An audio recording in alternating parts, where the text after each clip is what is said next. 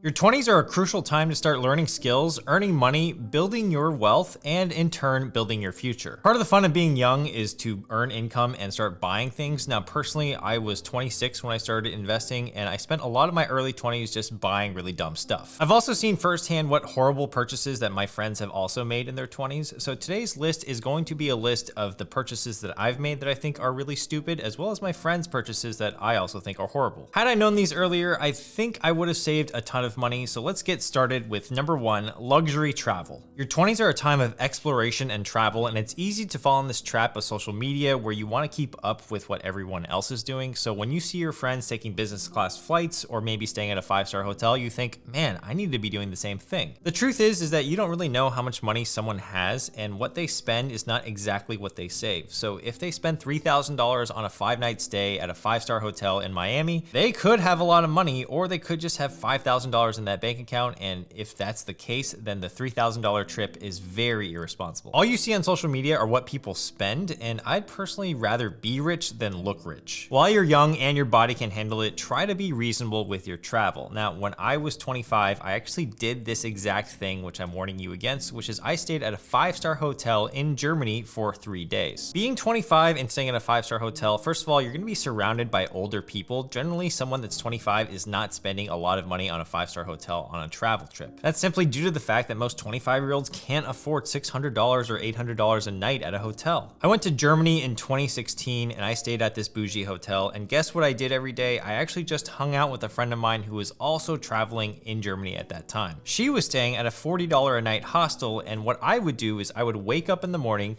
go over to her hostel, do the activities that the hostel had planned, and then go home back at the evening and then just stay in the hotel at night. If you think about it, I spent $1,800 over 3 nights, and she spent $120, $40 per night for her hostel, and we basically had the same experience besides sleeping at night. Was it worth that extra $1,600 for me to stay at that hotel? Most certainly not. This applies to business class and first class flights as well. Oftentimes we'll see the relative price difference of economy versus business, but we really aren't thinking about the absolute value of that money. So here's an example. I could spend $800 on an economy class ticket to Hong Kong, or I could spend $5,000 on a business class ticket to Hong Kong. Unless I can buy that business class ticket as a business expense and get a tax deduction on it, I'm not going to spend my personal money on that, because basically the difference is $800 versus $5,000, and that's a $4,200 absolute value difference. I think I'd rather just have $4,200 extra in my wallet to spend on experiences while I'm traveling, and I'm not going to spend that extra $4,200, which if you think about a 10-hour flight, that works out to about $420 per hour. So just be really careful with luxury travel in your 20s, because the opportunity cost of that money and the trade-offs that you're gonna have to make might not be worth it. The next worst purchase to make in your 20s is to buy a new car. If you've seen my other videos, you know that buying a car is a depreciating asset. That's a pretty bad idea, because after the first 3 years, a car's value will typically drop by around 40% after you drive it. If you are gonna buy a car, then I would recommend something that's at least 3 to 4 years used. That way most of the depreciation has been chipped away. And if you really wanna look up the car's depreciation curve, you can just Google the make and model of that car plus depreciation curve in Google, and you should be able to find where the sweet spot is to buy that car. Reality is that if you drive a car that's 3 years old and it's just been washed, it looks new anyway, and hardly anyone's gonna notice the difference besides you who's driving the car. If you're able to get over this, then you're gonna be able to save a lot of money and enjoy that money in other areas of your life. And this is especially true this year, where the MSRP for many cars is going well over the sticker price because of the supply crunch. Most Americans can't afford to drive the cars that they drive, and that's backed by data, since consumer auto loan debt this year alone is the highest it's been in 20 years now. Now, a good rule of thumb for budgeting when it comes to buying a car or spending money on a car is to not spend more than 10% of your gross income on that transportation budget. Ideally, it's a little bit lower than this, but to give you guys an example, if you make $120,000 per year, that means you make $10,000 gross per month.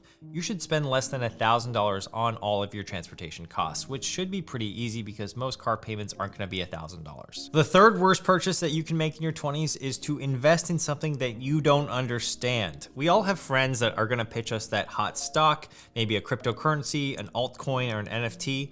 I'm telling you right now, don't invest in it unless you understand it. So I've actually done this in the past. A friend came to me with a hot stock tip and I ended up putting $5,000 in a stock. And guess what? After a year, it was down 80%. I sincerely regretted that investment because I trusted my friend and I kind of just wanted to ride along with him. And so I decided to put $5,000 into something that I didn't do any due diligence on, and it came to bite me in the ass. If I simply knew how to fundamentally pick stocks and not have been lazy, I probably would not have FOMO'd into that investment and eventually lost all my money.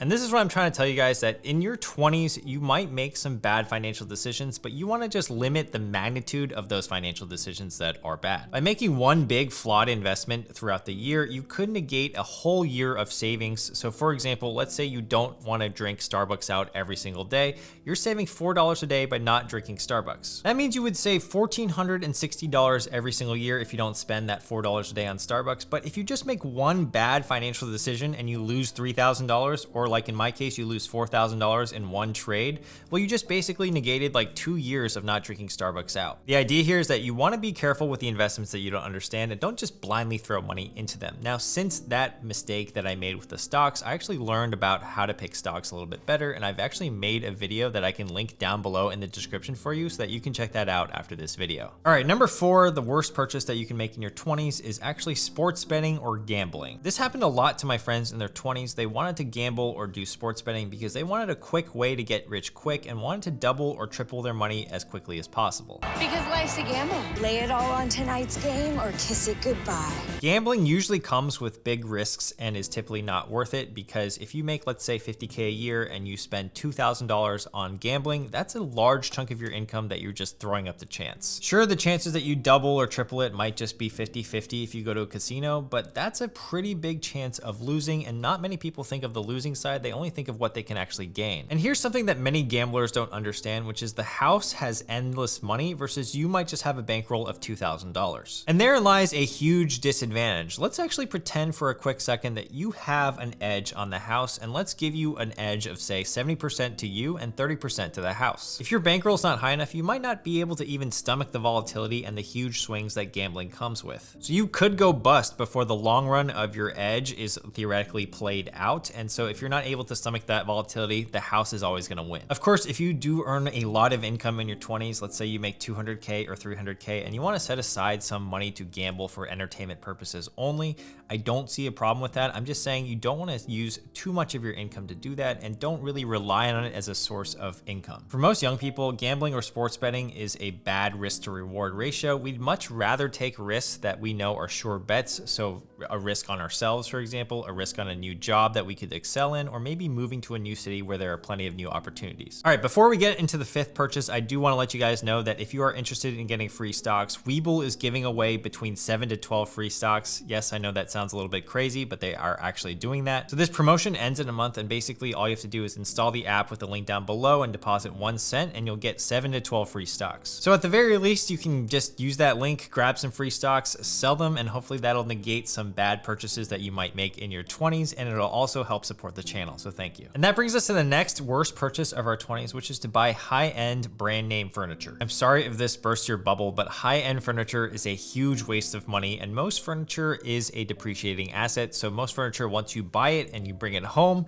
if you want to sell it in the future, you're basically getting a fraction of what you paid for it. Unless you know that you're buying some furniture and you're gonna hold on to it for 10 to 20 years, it's generally not worth it. So if you go to Restoration Hardware and you buy that $4,000 couch, in a few years, if you don't want it, you're probably gonna get at most $400 or $500 for it. In addition, some high-end furniture might actually require more care than you might think. So if you bought a wood table, for example, you might need to clean it with certain products. And if you actually use the wrong products on that wood, you could ruin the finish. Now, am I telling you to go out and buy the cheapest furniture that you can find? That's not the case either, because if you buy cheap furniture, you might actually spend more money just replacing it every single year. Ideally, you find some furniture that's in the middle, not too expensive or not too cheap. That's the sweet spot. And you can also even buy used furniture. And this is actually a really good money hack. If you are looking for used furniture, you can go on Craigslist, Nextdoor, and Facebook, go to the nicer neighborhoods, and you can generally find higher end furniture for really cheap. You can even find couches that are completely free, and I actually did this over the summer. We found some free couches on Craigslist and we offered to pick them up for free, and most of these people didn't want to even have their couches anymore. They just wanted someone that would take it off of their hands. Cool, we'll get it out of your way. Somebody will put it. I actually did end up getting a Living Spaces couch for free, and then I flipped it for $600 on Craigslist, and I actually made a video about that. But it just goes to show you that if you stick to these secondary marketplaces, that you can actually find some pretty good deals. The next worst purchase that you can make in your 20s is to get an apartment that you can't afford. So this is another type of purchase that you'll see many people make that just want to keep up with the Joneses. They'll often do this. It's likely in your 20s that you're going to start renting an apartment, and with rents being so crazy and housing such a big cost in our everyday lives, if we can delay our purchase of getting a nicer apartment, basically lifestyle inflation, keeping that at bay, and living within our means, we're gonna be a lot better off over the long run. How much do you pay for rent in New York? Oh my God, am I on the TikTok? $22.85. How much do you pay for rent in New York? $3,000 per month. Now, if you look at a rent affordability calculator online, there's not really a one-size-fits-all option, but many financial experts suggest that you spend no more than 30% of your gross income on your housing. Now, if you're on the West or the East Coast, that actually might be a lot bigger of a number, so that might be 50% of your gross income, especially in places like San Francisco, New York, Boston, or LA. I would say 50% is the upper limit of what you should spend on housing. That way you can invest and also save some money, but it also depends on what your spending habits are like in other parts of your life. For example, if you do a lot of shopping or you do a lot of eating out. You might be able to get away with spending a little bit more on rent if you don't do a lot of discretionary spending, but the key here is that you figure out a budget and you stick to it and you want to stay below your means. The number 7 worst purchase to make is to buy designer goods or designer clothes. You've probably heard this before, so I'm not going to stay on this topic for way too long, but the same idea applies here. It's usually a status symbol, and would you rather look rich or actually be rich? A naive person might assume that by buying something that's really expensive, you're getting higher end materials and quality craftsmanship. And while that may be true, a lot of what that markup actually comprises of is actually brand marketing and just like brand perception. Smarter people and truly wealthy people won't feel the need to impress others, especially when it comes to their clothing or their dress. So they're gonna stay away from brands like Gucci, Off-White, Supreme, and Louis Vuitton. All the high-end brands in the world will spend a ton of money on their advertising to convince you that the brand is prestigious, but most of the time it's not worth it. All right, the next worst purchase that you can make is to eat out frequently at fine dining or Michelin star restaurants. A Michelin star restaurant, for those of you guys that don't know, is a restaurant that's awarded a Michelin star for outstanding cooking. Any restaurant can qualify, and right now there are 2290 restaurants in the world with at least 1 Michelin star, 414 with 2 Michelin stars, and 113 restaurants with 3 stars. Now, let's put it this way. Once a restaurant receives a Michelin star, it's kind of like a stamp of approval, and their prices are usually way higher. I definitely get the appeal of a high-end dinner or a fancy dinner when there's an occasion to be celebrated, such as an anniversary or maybe a job promotion, but if you're doing this on the regular, you're just basically blowing cash. With expensive food, it's literally in your mouth for a very short period of time, and then it's gone tomorrow. Like literally it's gone. So some food and most alcohol is gonna be some of the most expensive markups that you're gonna pay in your life. Restaurants also notoriously have kind of thin margins when it comes to the rest of their business because they need to pass on things like rent, overhead, and equipment to their diners. In my opinion, fine dining is more about the experience of going to the restaurant, getting dressed up, having excellent service, but sometimes the food can be kind of underwhelming. I find that my palate is not sophisticated enough to enjoy, for example, a salmon carpaccio with a prawn tortellini with fennel puree and a little bit of white wine sauce. That's just not me. For me, I just kind of taste, okay, there's some fish, it's a little bit salty, and yeah, it tastes great, but oftentimes a lot of these restaurants serve you a prefix meal of 10 courses, and by the end of it, you still might be hungry. I even had a friend tell me that she ate at the French Laundry, which is one of the most popular and famous restaurants in California and the world, and basically she said that she was still hungry afterwards, so what did she do? She went to In-N-Out and got a burger. So while that Michelin star food might be presented beautifully and give you a really great experience, I don't think you should be wasting your money on it on the regular. All right, so yeah, guys, these have been the worst 8 purchases that you can make in your 20s. Let me know in the comments what you guys agree with and maybe some other purchases that you've made that you regret. Make sure to grab those free stocks down below in the description and let me know what other types of videos you want me to make. I'll see you guys in the next video. Peace.